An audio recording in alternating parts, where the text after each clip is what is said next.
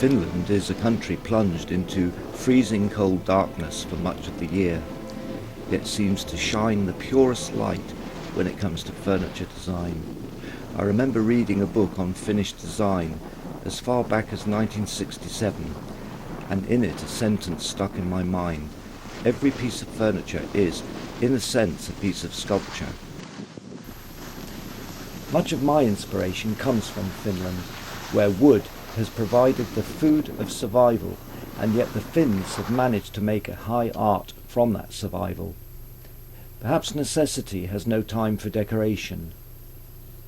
The other influence I have, and I guess this makes me unusual, is that I chose to work in a furniture factory before I set up on my own. This taught me about efficient and rational production, and about the economy of scale.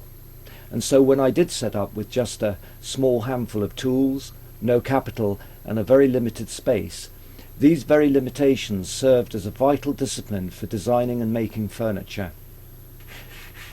A strong part of the language of woodworking for me is method, because if the method is wrong, the result is messy and too time-consuming. This methodology of approach considers the most efficient and accurate way to do a task within the limits of resources, working to a deadline and using the materials economically, which means minimizing waste, and that's traditionally excessive in the furniture making industry. All these considerations come under the umbrella of the word design. Now, a good example of method is in my woven sailing cord rocking chairs, using just a power drill. John Makepeace mentioned the problem of the silver wire kinking in his chair, and I had experienced the same problem years earlier in my high-back rocking chair. I resolved it by containing the kinks by tensioning them between my hands as a section of cord passed through the interwoven seat. Over 8 miles of cord have passed through 36,000 holes in my chairs, so I had to get it right.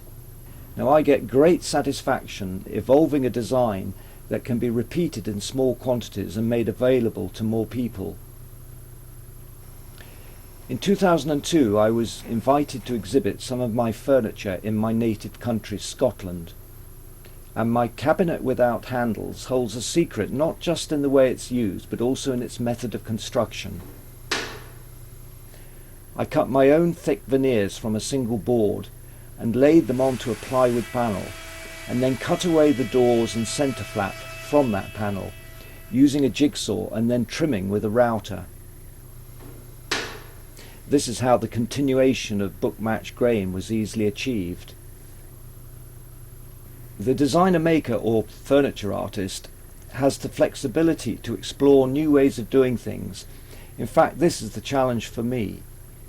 To me, there's no point in making a piece of furniture that doesn't say something new about technique, material, form, or function. What is interesting is that over 20 years ago, I pioneered the creative use of the router in the UK, a tool just used for cutting grooves at the time. And then I went on to use a milling machine, which is a kind of manual CNC router. Listening to Barnaby Scott describe his vision of using CNC technology to make a range of affordable furniture pieces is not unlike my vision of some 30 years ago, to make individual furniture for ordinary people. But it all depends on the receptiveness of the marketplace.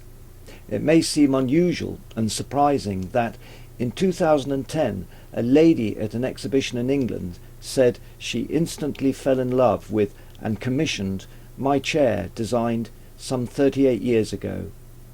But it's not uncommon in Finland for a piece of furniture to have lasting appeal.